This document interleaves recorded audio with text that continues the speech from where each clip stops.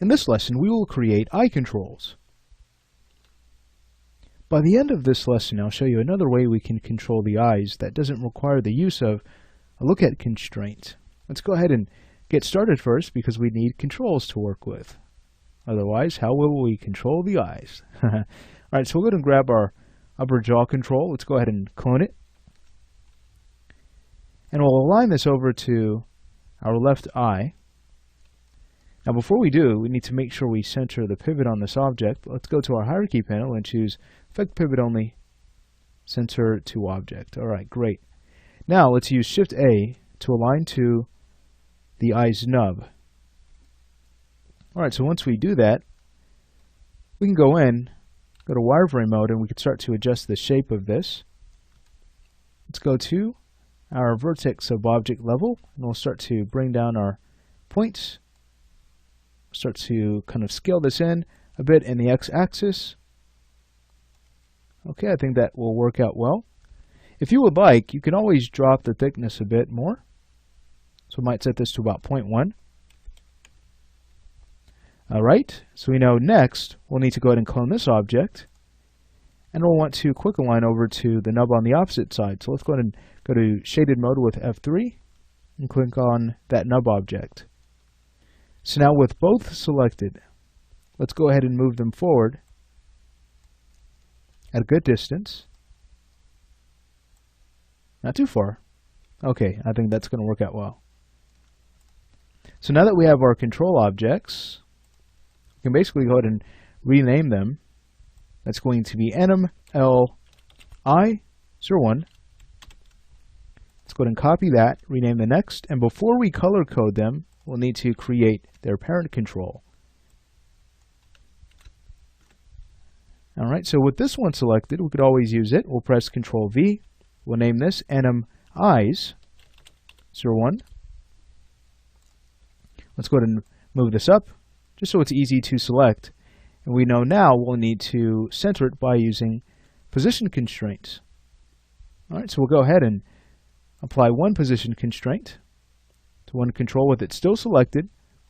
Let's say we go in and choose Add Position Target, and we'll select the next object. We'll now go ahead and turn off Add Position Target. We'll Alt-right-click and choose Freeze Transform. Take a look at what happens to the control. It has shifted. Well, why is that? That's because of where it was parented. We've thrown that off. If we were to press Control Z to undo that back, here's one way we can go ahead and make sure it does not shift. We can go ahead and unlink the object. Once we've done that, if we were to Alt-right-click and use Freeze Transform, take a look, it stays put. So it just shifted because of its parent space. Alright, so let's go ahead and start bringing up its shape. We'll go to Point Mode. We'll just go ahead and start scaling this up a bit more. And we'll scale this out. Great. Feel free to scale it down as well so it wraps around our two eye controls. Alright, that looks nice. Let's go ahead and take our two eye controls. We'll have them linked over to our main control. Great. And the main control, we could always link that to our neck control. Alright, so once we have finished linking, we can go ahead and grab all of our objects here, and we can go ahead and freeze their transforms. Great. Let's go ahead and recolor our two sub-controls. So we use a color of blue and a color of green.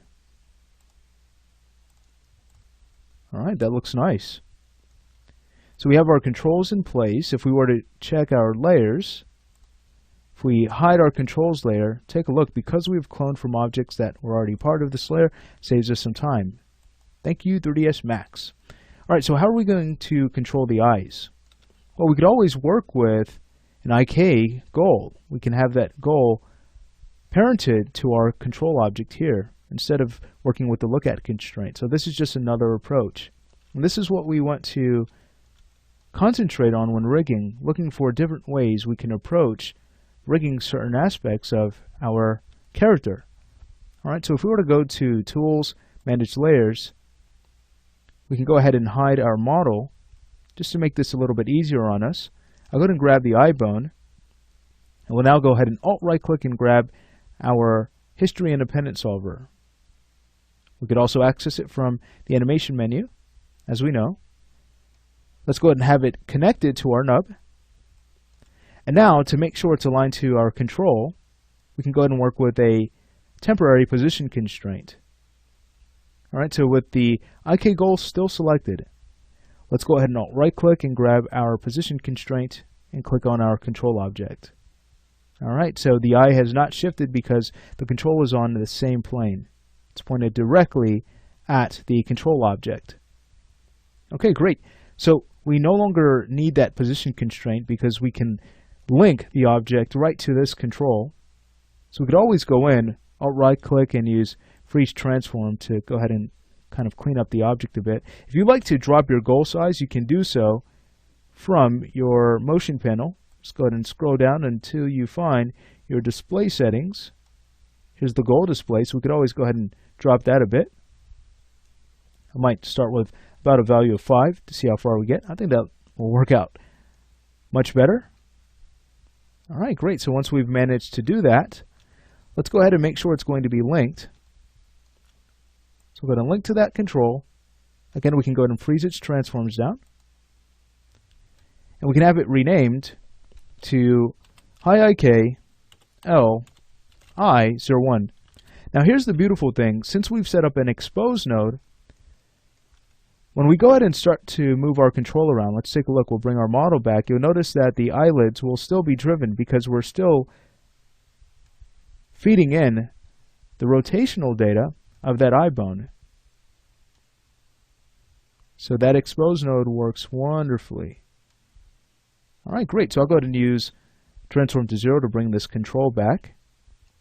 We can make sure the IK goal is stored underneath, let's say, the hidden layer. You could also create an IKs layer if you'd like, but I don't think that's necessary since we really just have one more IK goal to build. So it's really up to you at this point, but I think I'll just go ahead and have it stored under the hidden layer. That way it's very fast to hide all objects that will eventually need to be hidden. Okay, great. Well, that finishes up our work here. I'll go ahead and leave the other side up to you since it's very straightforward, but by the end of this we should be able to control both eyes as we move our main control. Sweet. Alright, so what's next? Well, we have to control the eyelids. We need a way to have the eyes blink. So let's go ahead and work on getting control over the eyelids in the next lesson.